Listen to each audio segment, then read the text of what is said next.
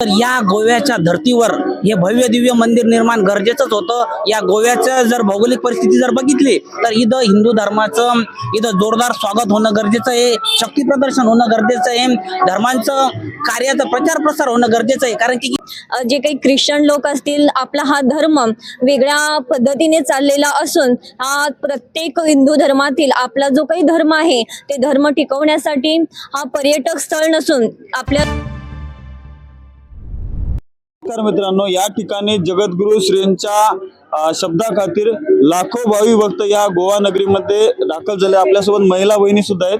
तर आपण आला तिथे संपूर्ण दृश्य आणि मंदिरा आपण पाहून प्राण प्रतिष्ठापनाला उद्या होणार आहे शिवरात्री निमित्ताने अनेक साधू संत या ठिकाणी आले। तर आपल्याला काय वाटतं आजच्या कार्यक्रमाबद्दल? जय सियाराम।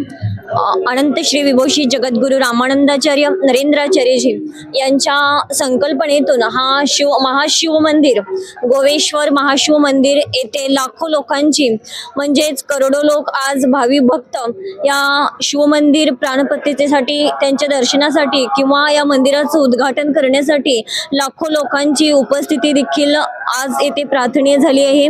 त्याचप्रमाणे उद्या जो काही प्राणप्रतिष्ठान होणार आहे त्यामध्ये अनेक लाखो संत महंत आलेले आहेत। त्याबद्दल जे काही आपलं महाशिव मंदिर आहे, ज्याचप्रमाणे जसे की आपले गुरुदेव जगद्गुरु प्रभूजी वैष्णव आहेत, त्याचप्रमाणे शिवांचं देखील मंदिर बांधून या भव्य दिव्य मंदिराचं प्राणप्रतिष्ठा करून अनेक भक्तगणांना आपल्या या जो काही संस्कार आहेत, संस्कृती आहे, या संस्कृतीचं योग्य तो मार्गदर्शन करून या मंदिराचं उद्घाटन उद्या दिनांक 15 फेब्रुवारी 2026 रोजी या मंदिराचं उद्घाटन होऊन तसेच लाखो भक्त देखील या प्रतिष्ठानाचं किंवा उद्घाटनाचं सर्वजण पाहणार आहेत। जय श्रीराम। गोवा एक पर्यटन स्थळ म्हणून ओळखला जाते, पण आजच्या या कार्यक्रमाच्या माध्यमातून आणि प्राण प्रतिष्ठापनेच्या शिवमंदिराच्या सोहळ्याच्या माध्यमातून काय वाटणार आहे पर्यटकांना? जय सियाराम। जसे की हे गोवा एक पर्यटक स्थळ म्हणून मानलेलं जातं, त्याचप्रमाणे प्रभूजी म्हणजे जगद्गुरु रामानंदाचार्य नरेंद्राचार्यजी आपले जे काही संस्कृती आहे, हिंदू धर्म सनातन जे काही हिंदू धर्माची संस्कृती आहे, या हिंदू धर्माप्रमाणेच आपलं जो काही संस्कार म्हणजे जे काही ख्रिश्चन लोक असतील, आपला हा धर्म वेगळ्या पद्धतीने चाललेला असून हा प्रत्येक हिंदू धर्मातील आपला जो काही धर्म आहे ते धर्म टिकवण्यासाठी हा पर्यटक स्थळ नसून आपल्या जगद्गुरु रामानंदाचार्यजींनी जे काही आपले संस्कार असतील, संस्कृती आहे ते टिकवण्यासाठी आपला हा शिवमंदिर प्राण प्रतिष्ठेचा कार्यक्रम उद्या आयोजित केलेला आहे। धन्यवाद। नमस्कार, आपण या जगद्गुरु रामानंदाचार्य यांच्या उपपीठामध्ये ओल्ड गोवा येथे आपण आलेला आहात। आजचा भव्य दिव्य कार्यक्रम सोहळा पाहून आपल्याला काय वाटते आणि प्रथम तुम्ही कुठून आलेला आहात? आम्ही गंगापूर तालुका छत्रपती संभाजीनगर आम्ही येथून आलेलो आहे आणि आपल्या जगद्गुरु रामानंदाचार्यजींचं जे अफाट असं धार्मिक कार्य सुरू आहे आणि ही काळाला गरज असणारे कार्य माऊलीचे सध्या सुरू आहे। विज्ञान, अध्यात्म आणि परमार्थ या सगळ्या गोष्टीची सांगड घालून भव्य दिव्य असं धर्म जागृतीचं समाज कार्य माऊलीच्या माध्यमातून चालू आहे आणि विशेषतः करून युवांची जी पिढी आहे ती भरकटलेली आहे। या पिढीला सावरण्याचं काम या संप्रदायाचं माऊलीच्या आशीर्वादानं सुरू आहे। म्हणजे व्यसनमुक्ती असो, संत संघ असो, या संत संघाच्या माध्यमातून युवांचं आकर्षण अध्यात्माकडे माऊलीने केलेलं आहे। व्यसनमुक्तीच्या माध्यमातून आजवर लाखो युवा व्यसनमुक्त होऊन उत्तम अशा संसार प्रपंचाला लागलेले आहे। समाज कार्य जर म्हणलं तर 53 अंबुलन्स संप्रदायाचे चालू आहे।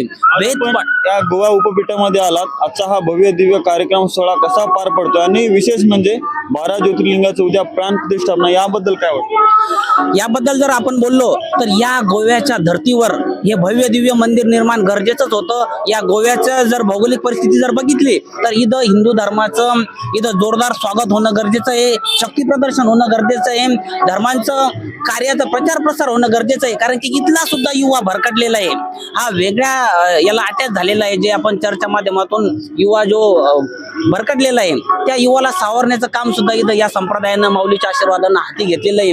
त्या अनुषंगानं इथं पूर्ण महाराष्ट्रातून पूर्ण भारतातून या संप्रदायाचे गुरुबंधू गुरु भगिनी इथं आलेले आहे आणि इथं चांगल्या भव्यदिव्य कार्यक्रमाला सुरुवात झालेली आहे. 12 तारखेपासून इथं भक्तगण येतात आणि आता उद्याचा सुद्धा भव्यदिव्य कार्यक्रम राहणारे अफाट असा समुदाय इथं या धार्मिक कार्यासाठी आलेला आहे. निश्चितच माऊलीच्या आशीर्वादानं या गोव्याच्या धर्तीवर सुद्धा हिंदूचं संघटन आणि युवा आपल्या आपल्या स्वधर्मात येतील आणि चांगल्या मार्गाला लागतील अशी आम्हाला 100% अपेक्षा आहे आणि इच्छा आहे आणि ते कार्य होणारच आहे. मला काय वाटतं? जय श्रीराम.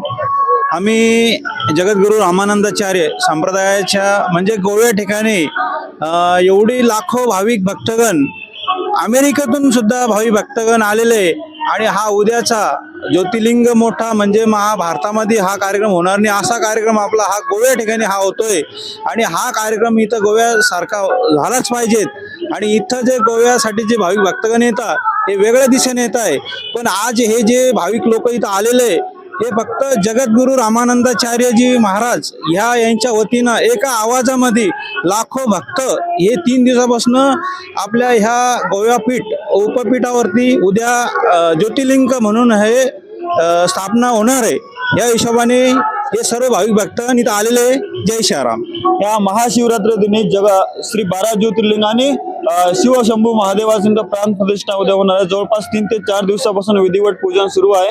या ठिकाणी हजारो लाखो भाविक भक्त संपूर्ण भारतातून अनेक राज्यातून प्रत्येक तालुक्यातून संत संघातून इथं आलेले आहेत. आपण त्यांच्या प्रतिक्रिया घेतलेल्या आहे. खरोखरच या हिंदूंची संस्कृती अस्मिता जोपासण्यासाठी प्रत्येक साधू संत करतच आहेत. परंतु जगद्गुरू रामानंदाचार्यांनी आतापर्यंत जवळपास 1.5 लाखाच्या वरती हिंदू धर्मात पुनर्प्रवेश केलेला आहे. आज सुद्धा एवढंच नसून लाखो अनुयायी या उद्याच्या कार्यक्रमासाठी दाखल झाले आहेत. एक क्रांतीच जगद्गुरू रामानंदाचार्यांनी घडून आले. या गोवा राज्यामध्ये पोर्तुगालने या गोवावर राज्य केले आणि हिंदूंचे मंदिरे त्यांनी उद्ध्वस्त केले होते. खरोखरच हे कार्य हिंदू धर्म रक्षक आणि सनातन हिंदू जोपासण्यासाठी आणि हिंदू धर्म जागृत करण्यासाठी जगद्गुरू श्रींनी जवळपास 1.5 लाखाच्या वर हिंदू धर्मात पुनर्प्रवेश केले. त्याचप्रमाणे या गोवा ठिकाणी जवळपास 50% जवळपास ख्रिश्चन लोक आहेत. त्या ठिकाणी जगद्गुरू श्रींनी प्रत्यक्ष 12 ज्योतिर्लिंग या एकाच ठिकाणी मंदिर स्थापन करून एक हिंदू अस्मितेचा प्रश्न या गोवा राज्यामध्ये त्यांनी एक निर्माण केलेला आहे. या ठिकाणी येणारे भाविक सुद्धा लाखो भाविक भक्त रोज या पर्यटन स्थळासाठी येतात. खरोखरच या शिवमंदिराला त्यांनी सुद्धा भेट देतील, दर्शन घेतील आणि असंख्य भाविक या ठिकाणी जगद्गुरू श्रींच्या शब्दाखातीर या ठिकाणी दाखल झाले आहेत. आणि आपण घेतलेले वेद न्यूजच्या माध्यमातून असंख्य भाविकांची प्रतिक्रिया आज आपण या गोवा ठिकाणी जगद्गुरू रामानंदाचार्य नरेंद्राचार्यजी भगवान यांच्या उपपीठा ओल्ड गोवामध्ये या ठिकाणी आपण घेतलेलो आहोत. धन्यवाद. जसे असं तसे ताज्या घडामोडी पाहण्यासाठी व आपल्या परिसरातील बातम्या प्रसारित करण्यासाठी आजच आमच्या चॅनलला सबस्क्राईब आणि लाईक करायला विसरू नका. संपर्क करा वेद न्यूज मराठी, सिद्धेश्वर मठपती, मुख्य संपादक.